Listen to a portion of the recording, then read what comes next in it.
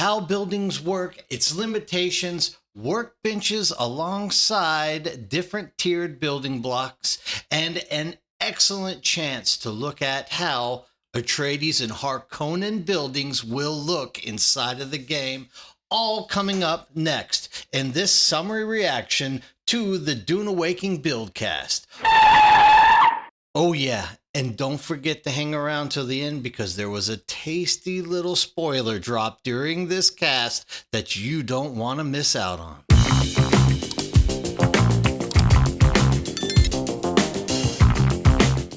Now, the first thing that I noticed about 4 minutes in is when they're trying to set down their little boundary marker, they are getting blocked by points of interest. This for me is absolutely fabulous because if any of you guys have any experience playing Conan Exiles in the early days, you can remember how people would build structures over POIs or certain event areas and block you from progressing in the game. That absolutely drove me crazy.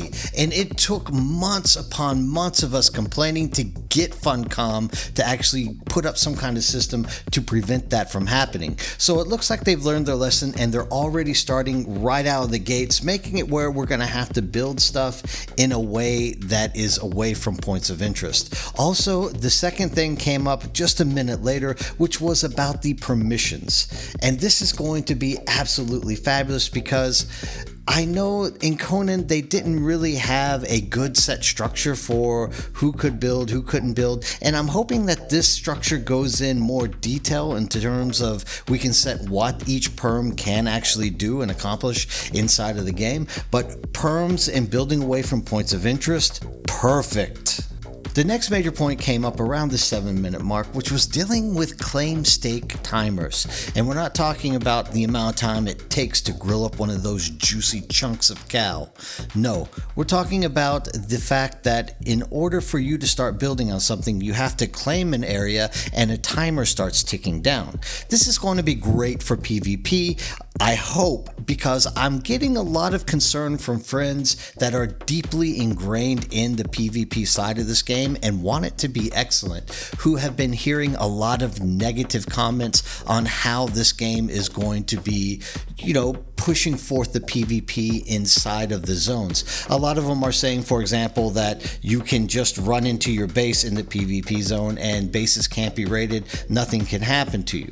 Well, at least this is kind of giving us a chance that if you're trying to control an area of the map, if someone is trying to build a forward base around you and you see them early enough, you have that stake timer where you can actually go out there and contest them for that land and possibly keep them from being able to build or expand their base to a size which could be a threat to where you have your stuff set up. That's just a thought. Now, it's also right around this time that they send out one of the guys to go collect some resources inside of this little tanky resource gathering machine. And this is not really build related. It is kind of because you need the resources, but most of all, the thing that I really enjoyed about it was the way that it was looking, because a lot of people have said in the past that all they are doing really is cloning Conan into Dune Awakening, and they could not be any more wrong whenever you see this, because this vehicle is just moving. The tank treads are like flexing on top of the ground. It's leaving tracks as it's moving. It just looks like it is part of the terrain. It's just a really well put together, aesthetically pleasing looking contraption. Not only thing, but also it kind of gives you that feeling that, hey, I'm not just going to like build a better axe or a better pickaxe to go out and hit rocks. I know you don't do that in this game. I know there's like a laser collector that gets rocks, but it shows you that you're not just building these little handheld things and going out. They actually have devices and other machines which you can get into in conjunction with somebody else as a team and go out there and you can gather stuff of higher quality or higher amounts. It's just such a really well put together looking mechanism for this game to achieve something well in the future. Now, returning to the building aspect of this game, I saw two things which really caught my eye, just completely made me super hyped. And that was, first of all, the inner outer tag, which tells you that your wall is facing in or your wall is facing out. God knows how many times I've built walls and you're halfway through it and you go outside and you notice like 3 out of 50 walls were facing the wrong way and you have to go back and you have to fix that mistake. There's nothing worse than having to do that. It looks really clear in this game. It's really set up in a way that you know where the inside is, where the outside is. That's awesome. The second thing was you are getting fully refunded for all of the components that you put into that building block whenever you demolish it.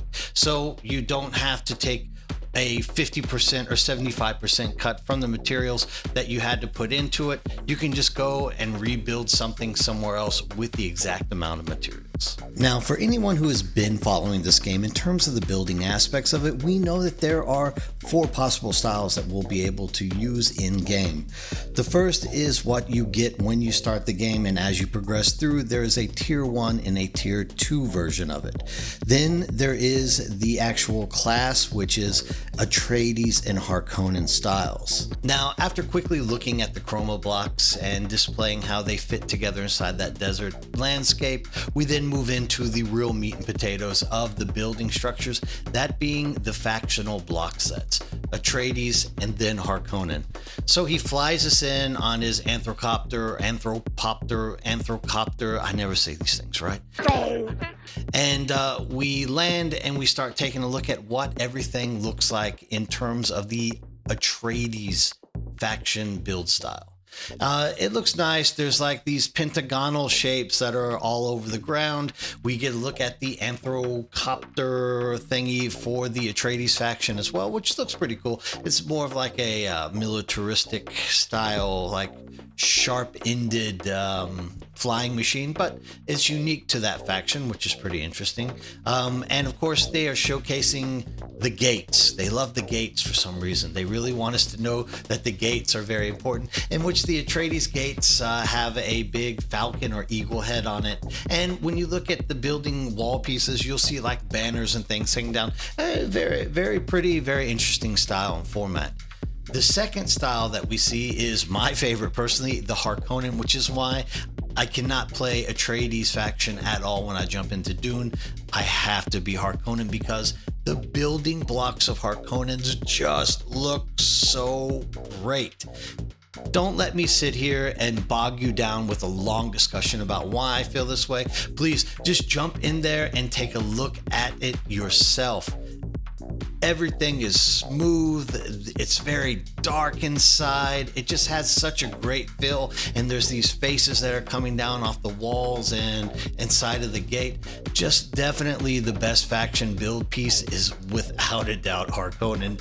Of course, this is a subjective matter and I'm a little bit biased here, but go Harkonnen. The point of this video was always to summarize and shorten that 48-minute long build video that was put on and take out kind of all the fluff and them trying to maneuver around and show us how blocks are getting laid. We've all been in building games. We all know how this works and we all know how to build to a certain extent. So what I wanted us to really see were the highlights, the most important parts of the video, which I found to be things that people need to know from the information that they actually gave us. And speaking of absolute information that people need to know, there was this.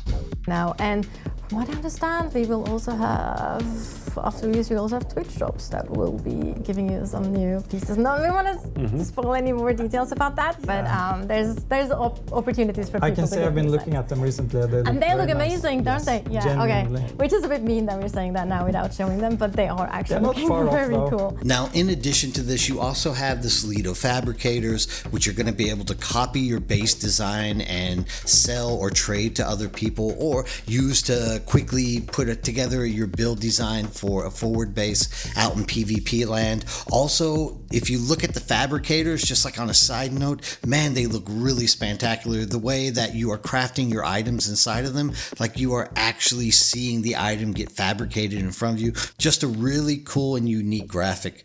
that just kind of adds that special little detail to the game. Now, in terms of the building that they have displayed for us in this game so far, I am 100% sold on this. Like, I don't believe that there's going to be a better game this year that will allow you to survive somewhere in a harsh environment and be able to build things as beautiful as they are offering us in this game. If you're as hyped as I am about this, please make sure to leave a comment below and tell me all the things that you want to see in terms of building, or if there's things that you wish they would add to the building. We're a community. Let's come together and let's try to express what we want and try to find people with like minds so that the devs know how to make the game work for us. As always, guys, remember to like and subscribe to the video, and thanks for watching. Have a great day.